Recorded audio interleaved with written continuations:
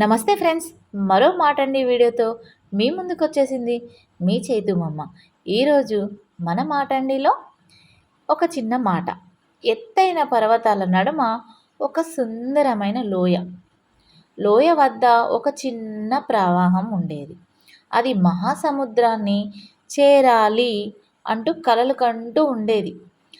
తన ప్రయాణాన్ని ప్రారంభించిన ప్రతిసారి దారిలో రాళ్ళు, దట్టమైన అడవులు, ఎత్తైన కొండ చర్యలు ఎదురుపడడంతో ఆ చిన్న ప్రవాహం వెనుతిరిగి వెనక్కి వెళ్ళిపోయేది.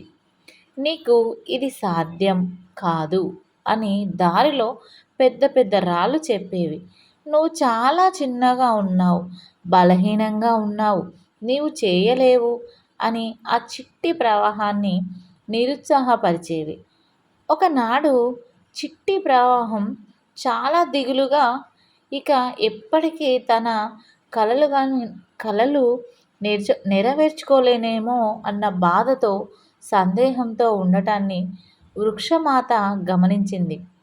వృక్షమాత ప్రవాహంతో ఇలా చెప్పింది: ఇలా బాధపడినంత మాత్రాన నీ లక్ష్యాన్ని నువ్వు చేరగలవా?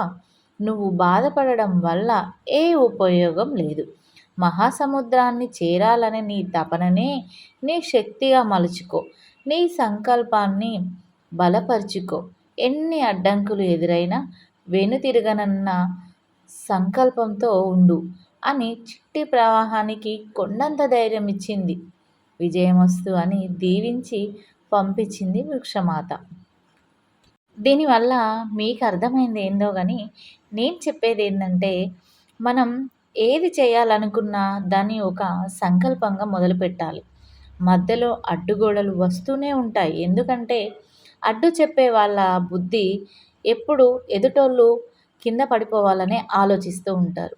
అదే మనని ధైర్యం ఇచ్చి మనకి ముందుకు వెళ్ళి మీరు అనుకున్నది సాధించగలుగుతారు అని మనల్ని ప్రోత్సహించే వాళ్ళు, మనం ఎలా ఉన్నా పైకి ఎదగగలుగుతామని నమ్మకం ఉన్నవాళ్ళు మాత్రమే మనని ప్రోత్సహిస్తారు. కాబట్టి చెప్పేవాళ్ళు ఎన్నైనా చెప్తారు. మనం ఒకటి అనుకున్నాము అంటే అది సాధించే వరకు ఖచ్చితంగా మనం నిద్రపోకూడదు. వస్తూ ఉంటాయి, పోతూ ఉంటాయి ఎన్నో సమస్యలు.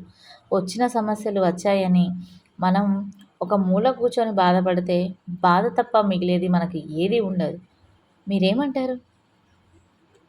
ఇక మన ఆలోచనలు ఎప్పుడు రాబోయే భవిష్యత్తు వైపు పరిగెత్తాలి కానీ మనతో కలిసి నడవని గతం కోసం వేచి చూడకూడదు.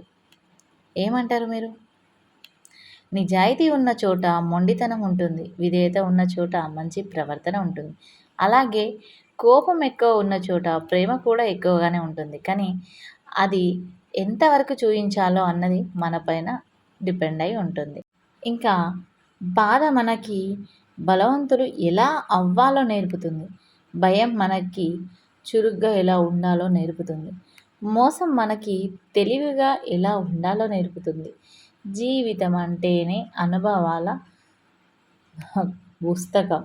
ఈరోజు నేర్చుకున్న పాఠమే రేపు ప్రశ్నలకి సమాధానం అవుతుంది.